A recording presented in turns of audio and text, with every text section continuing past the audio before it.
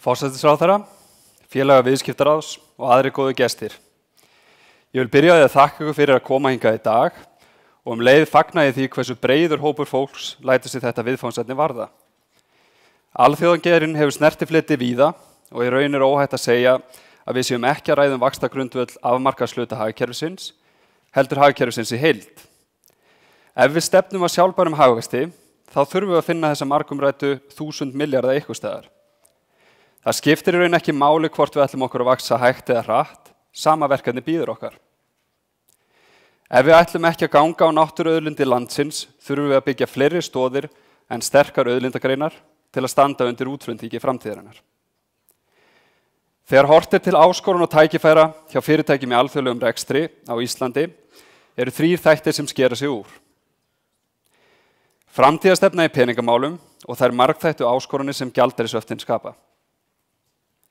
Þau miklu tækifæri sem öflugur mannauður skapar til framtíðar. Og síðast en ekki síst hvernig viðhorf Íslendinga gætu staðið uppbyggingu alþjóðageirans fyrir þrifum.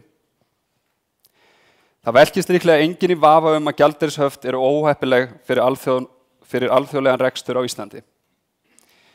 Ég vona aftur á móti að erindi dagsins í dag og upplýsingarit þingsins varpi skýrara ljósi á hversu stórt vandamálið er. Smæði íslensku krónunnar, ein og sér, mun alltaf standa alþjóðageiranum fyrir þrifum. Gengisveiflur og hár fjármagnskostnaðar hafa vafalítið dregið úr þeim fjölda fyrirtækja sem komist hafa legg undanfarna áratugi. En að viðbættum gjaldeyrishöftum eru forsendur til vaxtarinnar engar og yfirgnæfandi líkur á því að þau fyrirtæki sem njóta alþjóðlegra velgengni sjáu hag sínum betur borgið annars staðar. Skýr framtíðarstefna í peningamálum og markvissar aðgerðir til afnáms hafta eru því algjör grunnforsenda þess að hægt sé að byggja upp öflugan alþjóðageira. Við búum yfir samkeppnishæfu vinnuafli og kraftmiklum frumkvöðlum. Þetta er meginástæða þess að tekist hefur að viðhalda umsvifum alþjóðlegra starfsemi á Íslandi. En betur má duga skal. Tryggja þarf að hæft vinnuafl sjái framtíð sinni best borgið hérlendis og efla mannauð enn frekar með aukinni fjárfestingu í rannsóknum, háskólamenntun og nýsköpun. Samhliða þurfa stjórnvöld að tryggja samkeppnishæft skattaumhverfi og byggja upp aðlaðandi framtíðarsýn fyrir ungt fólk.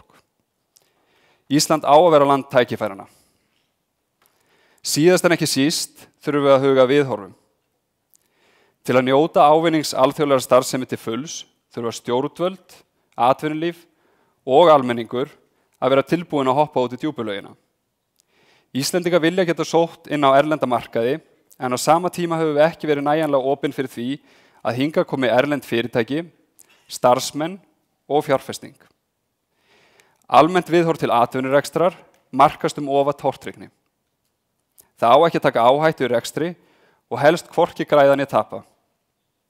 Ofan á þetta virðist lítill áhugi á að ráðast í mikla breytingar, enda gæti það þýtt að einhverju þurfi að aðlaga sig að þeim. Við eigum ekki að vera þjóð sem er hrædd við erlenda samkeppni, hrædd við að taka skynsamlega áhættu eða hrædd við einlega breytingar.